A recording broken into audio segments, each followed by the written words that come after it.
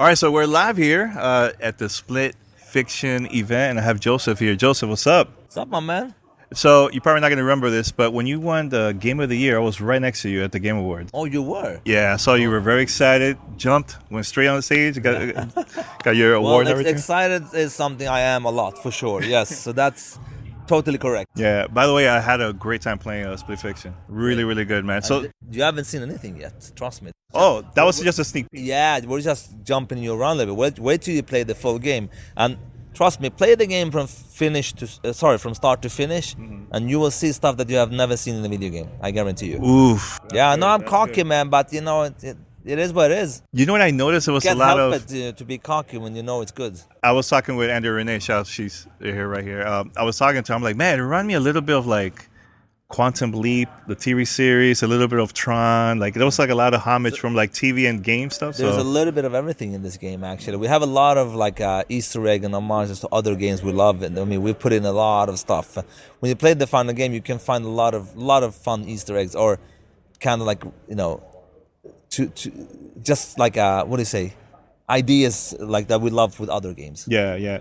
So for those that don't know much about Split Fiction, what you could tell us about it? Well, it's a game about two writers that comes to a tech company that can simulate your stories to life, and then eventually they get stuck in the same simulation, and you're going to be jumping between sci-fi and fantasy and get to know them as human beings. And it's literally a buddy movie. It's a story about friendship. So they start at total opposite, and then slowly you get to know more of them. We get to go deeper in them, who they are as human beings, their traumas, their backgrounds and everything.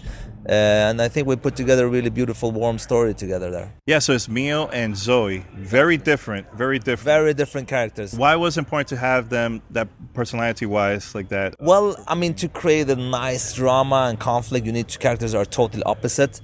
And also, like, to make it really nice, so their friendship really like feels believable, we need to make their arc, believable. So it just you just gotta play the game to understand what I mean, I think. So you're more like a Mio. I think I'm a combination of both. Actually. Of both? Do I feel like a Mio? I mean, Mio is very reserved. I'm not that reserved. But she's very hyped, though. She's very hot compared to Zoe. Yeah, but the Zoe is the extrovert. Maybe you're combining them. That is true. Yeah, and Mio is the introvert. I think I'm a combination of both. Actually, their names are based on my daughters, Mio and Zoe. Oh, that's pretty cool. Yeah. I didn't know that. That's awesome, man. That's awesome. So, in the beginning, you always wanted to make still like a co-op game, like the previous games too? Yes. Why is that important for you guys? Well, the thing is, like, look, in the beginning, there was something like, why aren't people... It was a friend of me trying to find a game where it wasn't just drop in, drop out. We just wanted to play something that you have a character to relate to, a story you could follow as two characters, and that's where it started. And then you just realize that there's so much to be explored of telling stories this way and playing games this way. And obviously, people love to play them. I mean, it takes to have sold like 23 million units, and I think Way Out is around 11. So there's definitely people who love playing them, and that's how we do it at Hazelight. We do the game we love to play.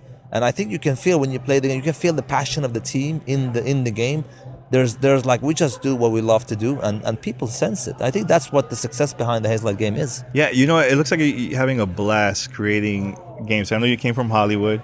Do you miss it? Because now it looks like Hollywood is investing now more money into like gaming and all that stuff. I'm not from Hollywood from that side. I'm from Sweden, but I make definitely movies. But yeah, movies. Yeah, got you what I'm saying. Yeah. But the thing is, like, no, I don't miss it, but I will make another movie for sure. That's good. When I have time. And sometimes I joke a little bit, like, you know, when I'm gonna go on vacation, I'm gonna make a movie. That's how much easier it is, because it's way harder to make a game. And it takes a very long time too. Oh yeah, but we definitely have a blast making these games. But with that said, we are a very focused team. There's a lot of hard work. There's a lot of trial and error. And let me tell you, when you make a game like this with so much variety and mechanics, that's the scary part, because we need to make it to a level where it feels really nice and polished. I would say that's the hardest part of making a Hazelight game. Yeah, I could see Split Fiction as like a TV series or something like that. Like, I could definitely see it. Yeah, me too. Some people ask me, like, would you see it as a movie? I would say Split Fiction and A Way Out would be great movies, I think. Because when the concept was in the beginning, I thought there was going to be a lot of TV series and movies similar to this.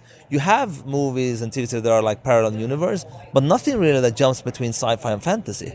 So it's a cool concept, and who knows, in the future we might see it as a movie or a TV Never series. know. Yeah. This is very different than the other games, man. It's very. The other games was more like slow pace, laid back. This one is very intense. Yeah, it is very intense, intense. Why they change?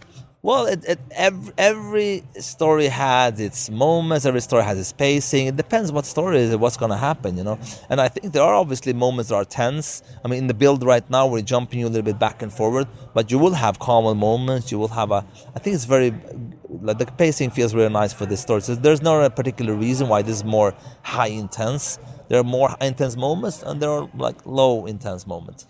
Yeah. So I noticed there's a couple of side stories that you play. Is that happens while playing the main campaign, or is it Yes. like later on? When you after? play the main game, you will find the side stories in the main path. They're totally optional, but I hope people don't miss them, because they're like a lot of work behind them, because you come often to a new world, new mechanic for 5-10 minutes of gameplay that's something totally new. And totally like opposite of what you just played. Why is it important for you to play the side stories? Do you It's get not to find out important. more? It's just important. It's just if you want to explore a little bit. This is not your typical side content. This is not your like a normal stuff. This is side content you don't want to miss, because there's so much stuff in them. It's not just like finding a piece that you collect or something. You actually find a new world, new stuff to experience, pretty much. And dialogue too, you unlock, right? Oh, More yeah. From there. Yeah. I mean, dialogue. You learn more about the girls because they talk about them. It's their ideas all over. So every time you go into a side story, you also learn a little bit about them. Yeah, I really appreciate that you guys are still focused on a lot of local multiplayer. 'Cause I think It's missing local that. and online. And online and too. now but, also we're making cross-platforms. We didn't have it before, but this time we're making cross. Oh, really? Yeah. So you can play PC, PlayStation, whatever. Cross. So I know previously there's always like a code if somebody you want to invite like a friend. Can you do that also? Yeah, of cross course. You play mean too? for the friends pass? For the friends pass. Yeah, Can you do of that course, too? of course. Yeah, it says you only need to buy one copy to play it with your friend online. So Yeah, man, that's you guys. I don't know if anybody has ever done that before. man, that's what Hazelight about. Do it. Do things. Do something new. Do things that haven't been done before. That's what it's about. That's cool. Now, I know the previous game, It Takes Two. This was in multiple platforms. So this one is PlayStation, Xbox, PC. Yeah. Multiple platforms. Any announcement on Nintendo Switch 2 or? Well, we don't know yet, but hopefully in the future we will fingers know crossed. more. We will know more in the future. What are your thoughts on the Switch 2 as a fan of games? I mean, I know obviously a lot about it, but yeah, you know, there's a lot of secrecy behind everything, so I yes. can't say anything yet. But you will all know soon. I mean, I guess they announced. A couple months? Yeah, no, but Nintendo announced that they have a thing on April something. Yeah, April 2nd. So then we're gonna know more about the console. Yeah, that's cool, man. Joseph, I just want to say, man, I have been having a blast playing Thank this. I you, know my that was man. a sneak peek. Yeah. Peek. When the game is officially coming out? It's coming out March 6th, so it's not long. It's right there. Yeah. It's what is it, like a couple of weeks away? Couple of weeks, man. Yeah. How's it feel like, seeing everybody, Super from cool, playing man. It's for the super first cool. time and everything, like. I feel confident. It feels nice. I feel great. I mean, I know that we have done a great game, so I have no doubt in my mind that we have a success in our hands. That's cool, man. Well, congrats, man. Thank you. All right. Thank you. All right. Cool. Cool.